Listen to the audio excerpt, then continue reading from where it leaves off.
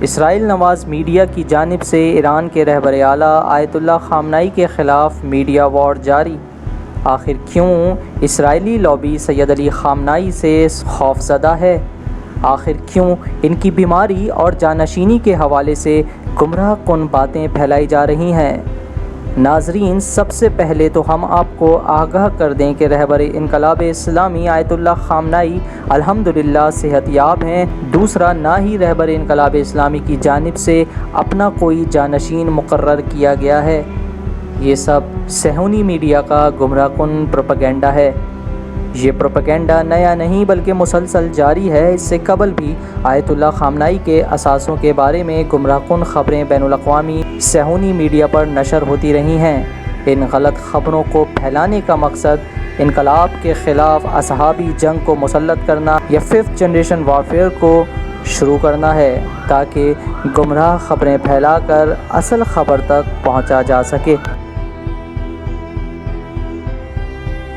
اہم نقطہ یہ ہے کہ صہیونی عوام کی جہالت سے فائدہ اٹھانے کی کوشش کر رہے ہیں۔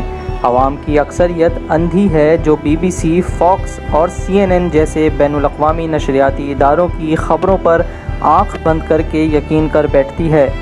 بدقسمتی سے اس میں ہمارے صحافتی حلقے بھی شامل ہیں جو ان کی دی ہوئی لائن پر یا تو انجانے میں کام کر رہے ہوتے ہیں یا پری پلان انہی کے ایجنڈے کو آگے بڑھا کر نمک حلالی کرتے ہیں۔ دوسری جانب یہ بات بھی قابل توجہ ہے کہ اچانک سارے محاذ اسرائیل نے ایران کے خلاف کیوں کھول دیے ہیں۔ ان کے فوجی اور سائنسدانوں کو ایک طرف قتل کیا جا رہا ہے تو دوسری جانب انقلاب اسلامی کی مرکزی قیادت اور ان کی ذات کو نشانہ بنا کر ان کے متعلق غلط خبریں پھیلائی جا رہی ہیں۔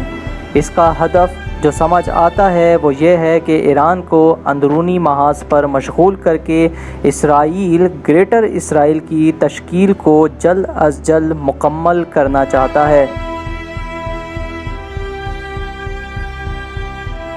ہم دیکھ سکتے ہیں کہ آہستہ آہستہ بہت سے اسلامی ممالک اسرائیل کو سرکاری طور پر قبول کرتے جا رہے ہیں۔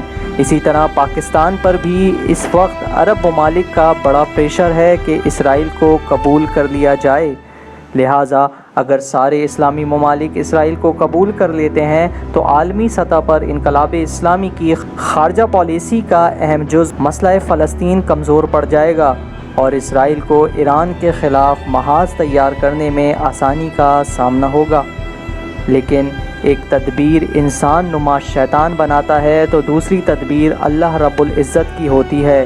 ہر دور میں صراط مستقیم پر چلنے والوں کے خلاف شیطان کے گروہوں نے گمراہ کن پروپیگنڈا اور قتل و غارت گری کی تاکہ انہیں صراط مستقیم سے ہٹایا جا سکے، لیکن تاریخ گواہ ہے شیطان کو ہمیشہ منہ کی کھانا پڑی اور دور حاضر کے شیطان کے فرنٹ مین یہودی سعودی بھی انشاءاللہ ناکام ہوں گے اور مظلوم اور مظلومین کے حامی کامیاب ہوں گے، اور یہی امید ہے کہ پاکستان بھی اسرائیل کے لیے آسان ہدف نہیں ہوگا۔